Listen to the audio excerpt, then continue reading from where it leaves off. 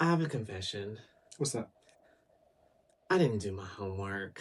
Got to be more careful. So, and I'm really talking about Georgia Tech playing Pitt.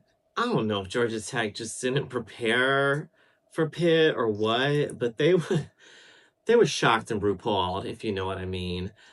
And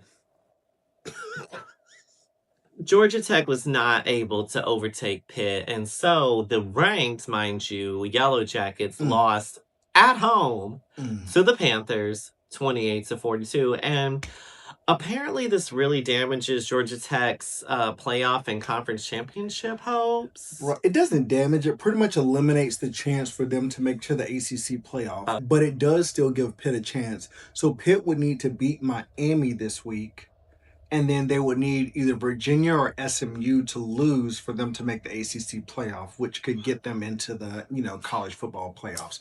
So really, from this standpoint, it was like they weren't prepared for what Pitt was throwing at them, and I think Pitt threw a lot of things at them really quickly, and it got really quickly out of hand with that 28-0.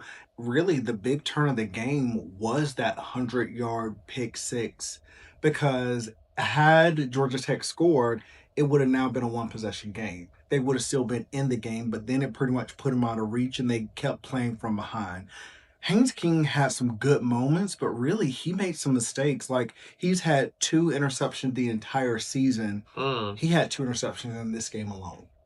So it was uncharacteristic, but that's what happens with Georgia Tech is like when they get in the hole, it does depend on Haynes King to really carry that team for them, and he just wasn't able to. And I think it was Pitt hit them in the mouth so quick that they weren't able to really respond the way they needed to.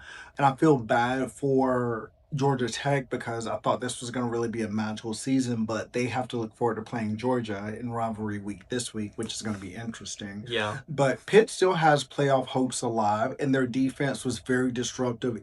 But I'm excited to see what Pitt does because they're kind of the chaos team right now in the ACC. Gotta have somebody to watch an ACC. Yeah, Georgia Tech.